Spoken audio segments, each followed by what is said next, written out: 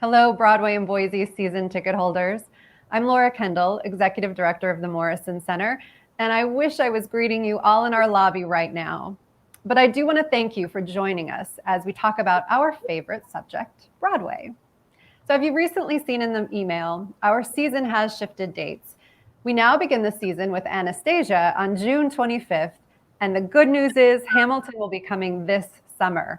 We are still working on finalizing the tour, and we'll get the exact dates to you by the end of the year. We know there has been a lot of changes, and you have a lot of questions. We're here to share with you a little about why these changes are happening and answer questions that you have sent in. As you all know, since mid-March, all live events have had to stop. It's taken a significant toll on all the people who work behind the scenes and on our stages and even beyond. We have more than 160,000 people visit the Morrison Center each year, so our restaurants, downtown businesses, and more have also been impacted by not having performances. But our focus continues to be to keep everyone safe, and we're putting into place quite a few changes to ensure the safety of all of you, our artists, our staff, and volunteers. We are working directly with Boise State University, our national Broadway partners, and the city and state healthcare experts to guide our plans for reopening. Our health partners are helping ensure that we will be exceeding local and federal guidelines as we develop our reopening plans. The situation continues to evolve, so our safety protocols will evolve as new information becomes available. But right now, the things we are planning for include upgraded air filtration systems and touchless faucets, increased sanitizing of high-touch areas throughout the venue, new initiatives in ticketing and concessions that will provide a touchless experience, and wearing masks within the venue. As soon as we have a plan approved to reopen, we will clearly communicate what you can expect when you come back to the theater well before we reopen. Touring shows across North America is like a complex jigsaw puzzle, and we'll attempt to pull back the curtain and help you understand some of the challenges we face in getting shows back on the road.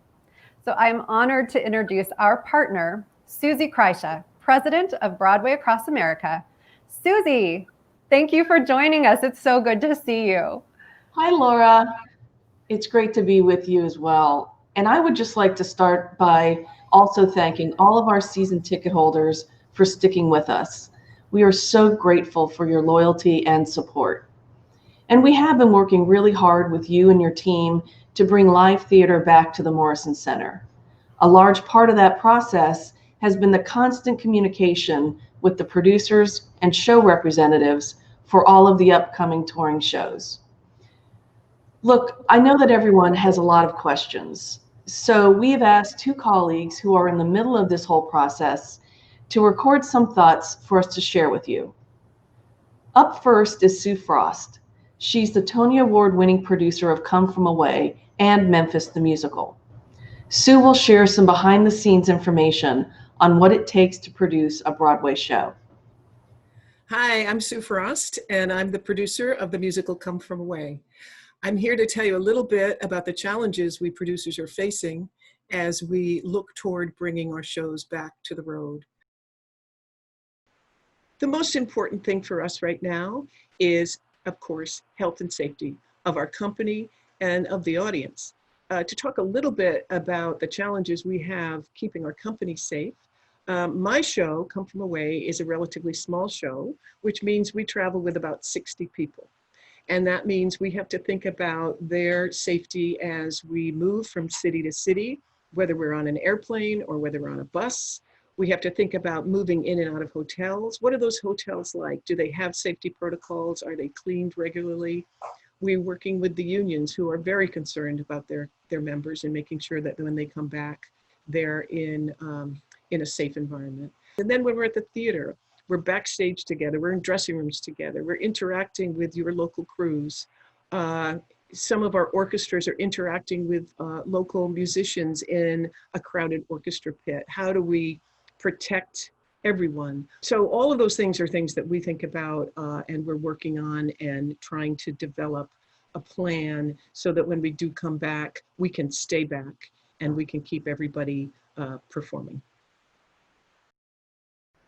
Remounting our show is going to present its own set of challenges, but nothing like the challenges that a brand new show is going to face, because not only do they have to put a show up from scratch and cast it and rehearse it and costume it and build the scenery, all of that has to happen in a safe environment, in an environment where people are protected, and where we know that the end result is going to be realized in a timely fashion.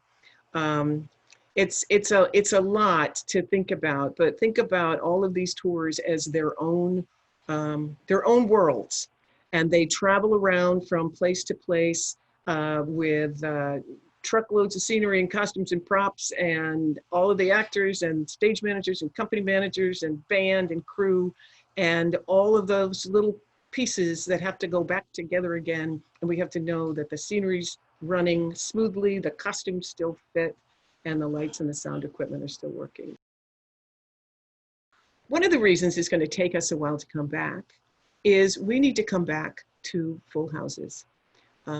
The experience of sharing a Broadway show between the actor and the audience is unique and special.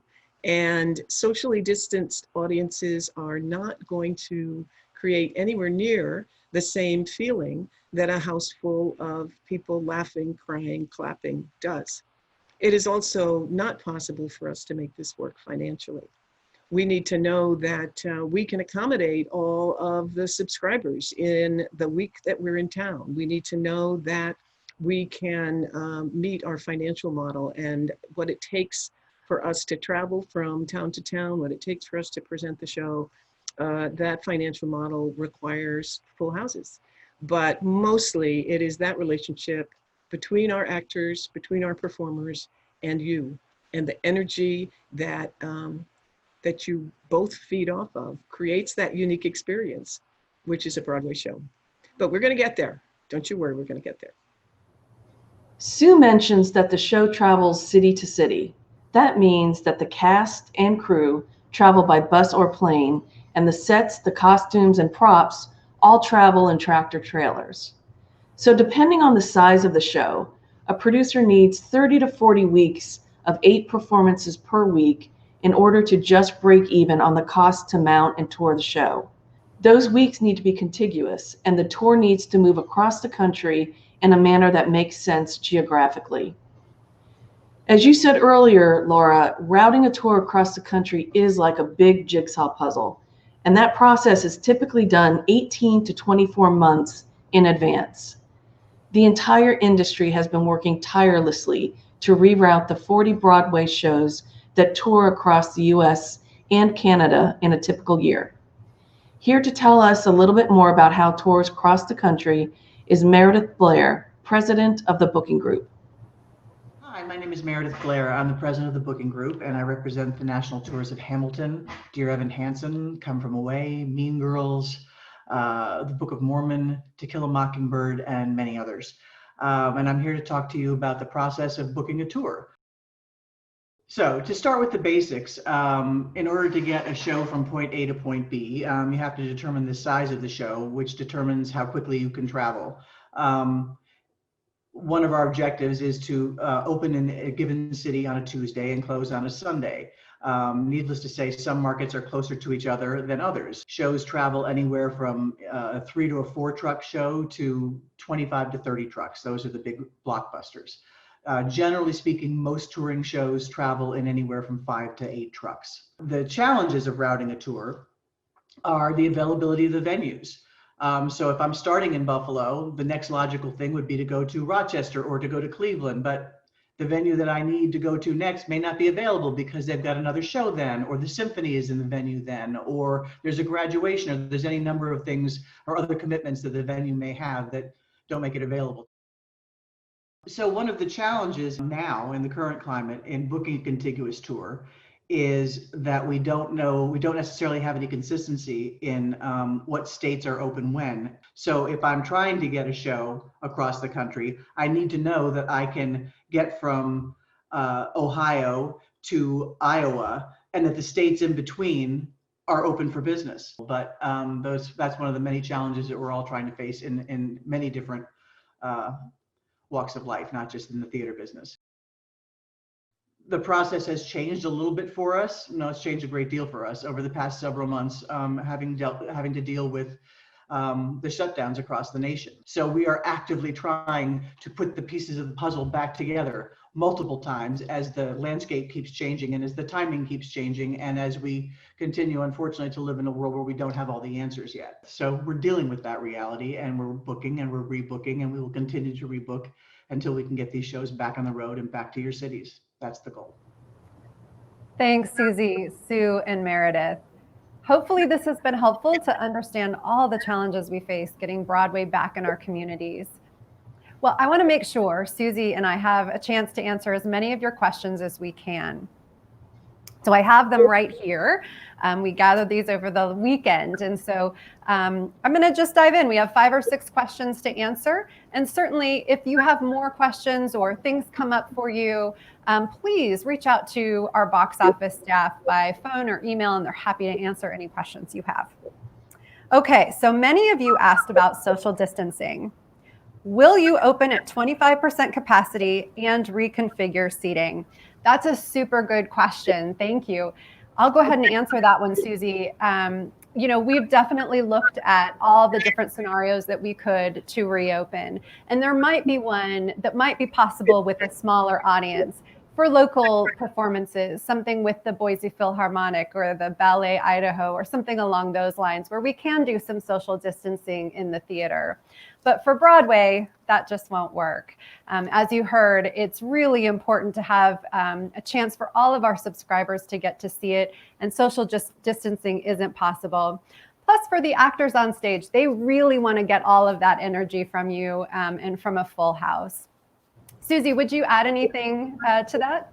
I think you covered it, Laura. I mean, the bottom line is that the nature of live theater just doesn't allow for social distancing, both on stage between the actors and in the audience. It is just not financially viable. And Broadway has always been a financially risky business. So every show really needs to have the opportunity to sell every available seat for the financial model to work. And a big part of the theater going experience is that interaction we all have with each other and with the actors on stage.